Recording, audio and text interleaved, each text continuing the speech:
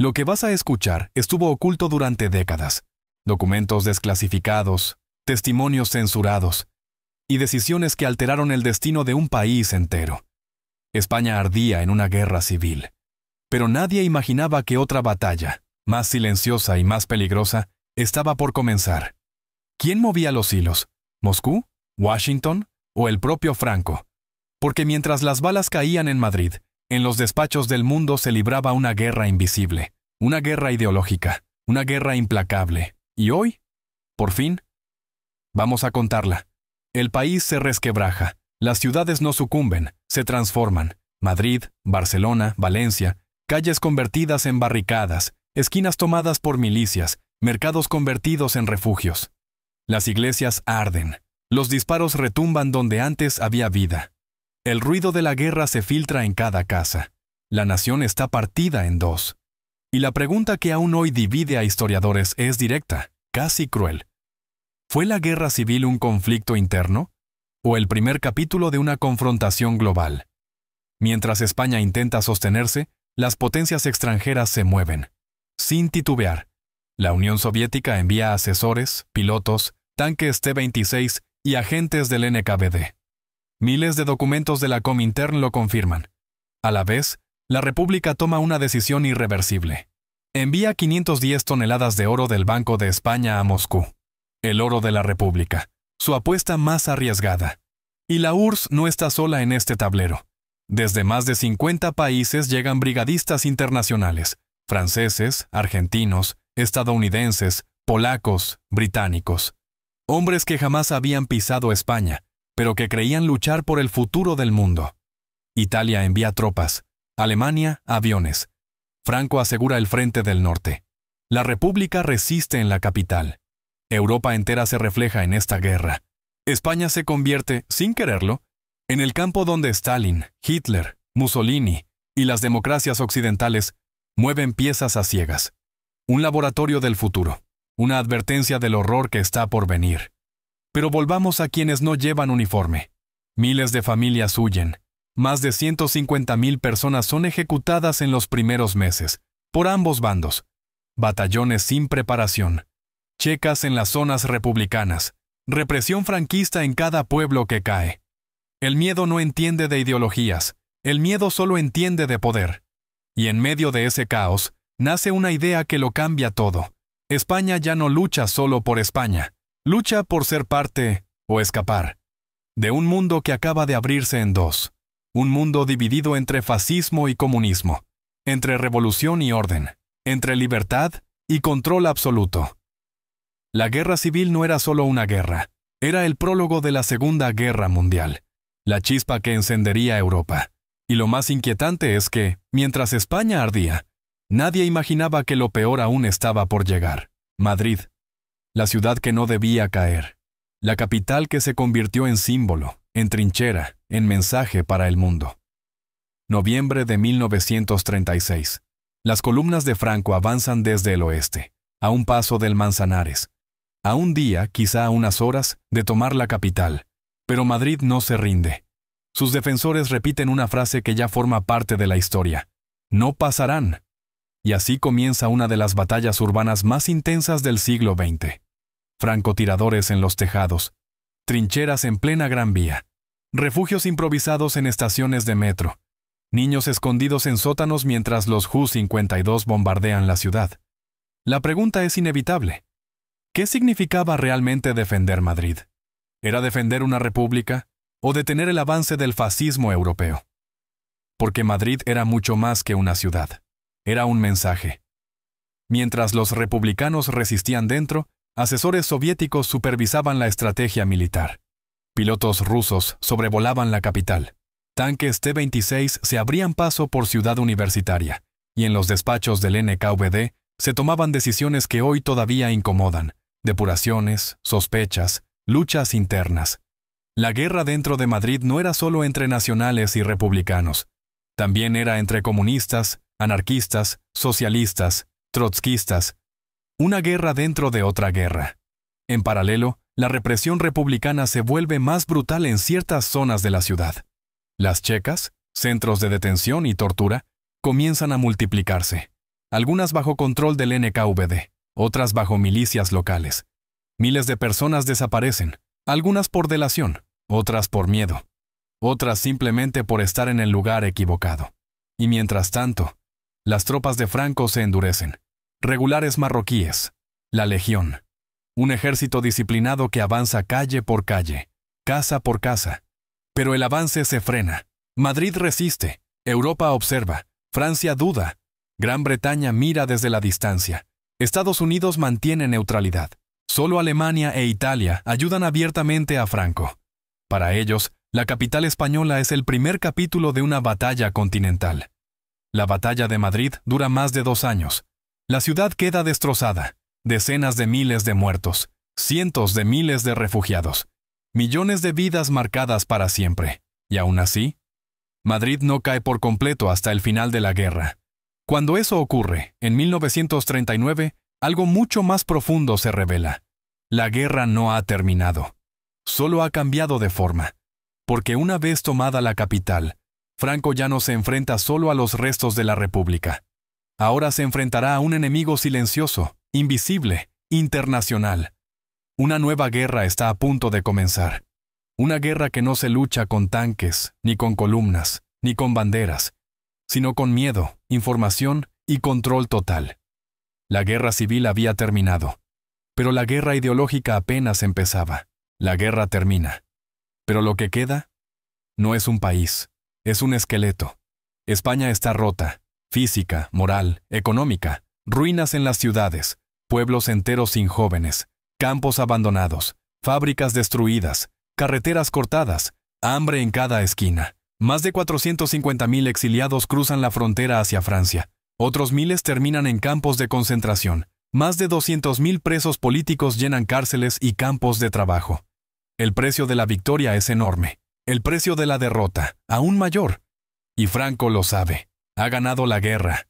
Pero no ha ganado la paz. El país está aislado. Nadie quiere reconocer a un régimen nacido de 3 años de destrucción. La ONU condena a España en 1946. Las embajadas se vacían, los barcos no llegan, el comercio se hunde. España queda sola, sola y hambrienta. Comienza la época más dura, la posguerra. Racionamiento, cartillas, mercado negro, represión, silencio. El franquismo se consolida bajo 2 pilares, orden y miedo.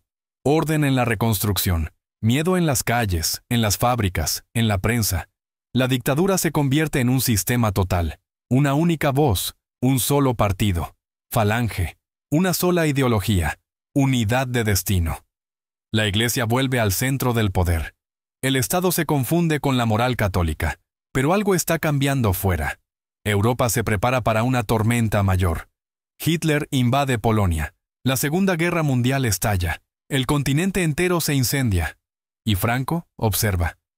No puede unirse al eje. España está exhausta, pero tampoco quiere enemistarse con ellos. El régimen juega la carta del equilibrio, neutralidad, pero con simpatía hacia Berlín. Mientras tanto, dentro del país, la reconstrucción es lenta y brutal. Los presos trabajan forzosamente en carreteras, pantanos, monumentos. Las viudas buscan comida donde pueden. Los niños sobreviven en escuelas pobres y adoctrinadas. La censura vigila cada palabra. Cualquier crítica puede significar cárcel. Y, sin embargo, en medio de tanta oscuridad, algo inesperado ocurre. La guerra mundial destruye Europa, pero deja a España intacta. Nadie lo sabía aún, pero ese aislamiento sería más tarde la llave que cambiaría el destino del régimen. Porque cuando Alemania cae, cuando Hitler muere, cuando Europa se divide en 2 bloques, Franco aún está en pie. Y ahora, en plena Guerra Fría, lo que antes era un paria se convertirá en una pieza estratégica. Pero para llegar ahí, España primero deberá enfrentar otra batalla, la del hambre, la pobreza y el miedo silencioso que marcará a toda una generación. Lo peor de la guerra había pasado. Pero la posguerra estaba lejos de terminar. La Segunda Guerra Mundial termina. Europa está partida en 2. Al este, Stalin. Al oeste, Estados Unidos. 2 gigantes enfrentados, 2 ideologías incompatibles, y en medio del tablero, una España aislada, pobre, desgastada, pero viva. Franco, que durante años fue rechazado por casi todo el mundo, de repente se convierte en algo inesperado. Una pieza estratégica, un muro, una frontera ideológica, un país que no cayó en manos ni del fascismo derrotado, ni del comunismo ascendente. Para Washington, esto lo cambia todo. En 1947, Truman anuncia la doctrina de contención. Hay que detener al comunismo donde sea que aparezca. Grecia, Turquía, Corea, y sí, aunque nadie lo diga en voz alta, España. Estados Unidos entiende que la península ibérica es clave. Controla el acceso al Atlántico, al Mediterráneo, a África del Norte, a las rutas hacia Oriente Medio. España ya no es un problema, es una oportunidad. Pero antes de abrirle la puerta, Washington quiere una prueba. ¿Hasta qué punto Franco es útil? ¿Puede frenar a Moscú? ¿Puede ofrecer estabilidad donde otros no pueden? Y la respuesta llega rápido. Sí. Los informes desclasificados del MI6 y de la CIA muestran algo claro. España, pese a su aislamiento, es un territorio herméticamente cerrado a la influencia soviética. El PCE opera desde el exilio. Sus emisoras clandestinas emiten desde Toulouse. Sus dirigentes se mueven entre París y Bucarest. Pero dentro del país, las ramificaciones son mínimas. La policía franquista, la brigada político-social, desmantela células antes de que nazcan. El régimen convierte la vigilancia en un arte. Cualquier sospecha, cualquier reunión, cualquier panfleto, todo se intercepta. Washington toma una decisión histórica. Si la URSS no puede infiltrarse en España, España es valiosa. Se firma el Pacto de Madrid. Bases militares estadounidenses en Rota, Torrejón, Zaragoza y Morón. A cambio, dinero, apoyo económico y reconocimiento internacional. España, el país marginado, de repente es un aliado clave. No forma parte de la OTAN, pero actúa como si lo fuera. Para Moscú, esto es un golpe devastador. La península ibérica queda fuera de su alcance, un punto ciego infranqueable. Y Franco lo sabe. Nunca se arrodilla ante Washington, pero tampoco cierra la puerta. Juega a dos bandas, neutralidad oficial, colaboración estratégica. Mientras el mundo observa a Berlín, a Corea, a Vietnam, en España sucede otra guerra, silenciosa, invisible, sin tanques, sin frentes. La guerra por la información, la guerra por la influencia, la guerra por el futuro. Pero mientras el régimen se fortalece hacia afuera, dentro del país crece un enemigo mucho más peligroso. Uno que no viene de Moscú, ni de Washington, ni de París. Viene de las universidades, de las fábricas, de la calle. La década de los 50 y 60 está a punto de comenzar. Y con ella, España descubrirá que la amenaza no siempre es exterior. A veces nace en casa. España entra en los años 50 y 60. El mundo cambia. Europa se reconstruye. Los jóvenes se rebelan. El marxismo vuelve a las universidades.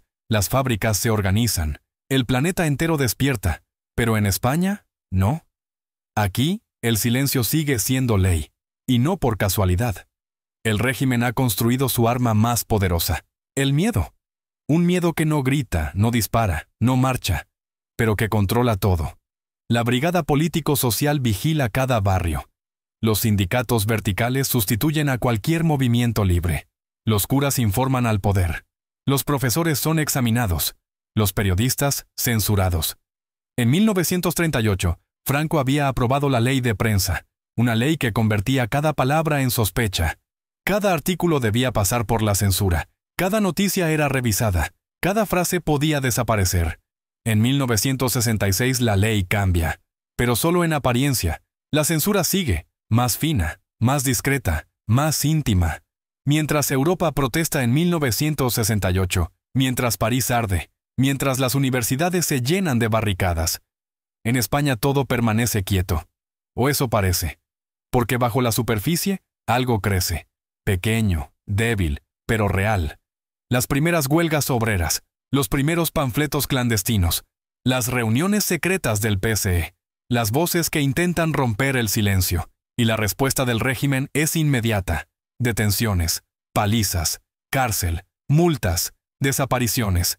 Y sobre todo, vigilancia total. La policía política penetra fábricas, universidades, grupos católicos progresistas, círculos artísticos, sindicatos clandestinos. Informantes por todas partes. vecinos que denuncian, compañeros que observan, amigos que pueden ser enemigos. El miedo se convierte en un sistema, pero al mismo tiempo, la España de Franco vive una contradicción brutal: el milagro económico. Entre 1959 y 1973, el país crece a ritmo récord. Carreteras nuevas, turismo masivo, inversión extranjera, fábricas llenas, ciudades en expansión. La prosperidad neutraliza la ideología. Muchos españoles dejan de pensar en revolución y empiezan a pensar en salarios, coches SEAT, vacaciones en Benidorm. Para Franco, esto es oro puro, porque un pueblo con comida y trabajo protesta menos. Pero no todo se puede controlar. Los estudiantes vuelven a levantar la voz. Las protestas crecen, la iglesia se divide, el movimiento obrero renace, el PCE gana influencia en la clandestinidad, y el régimen empieza a crujir.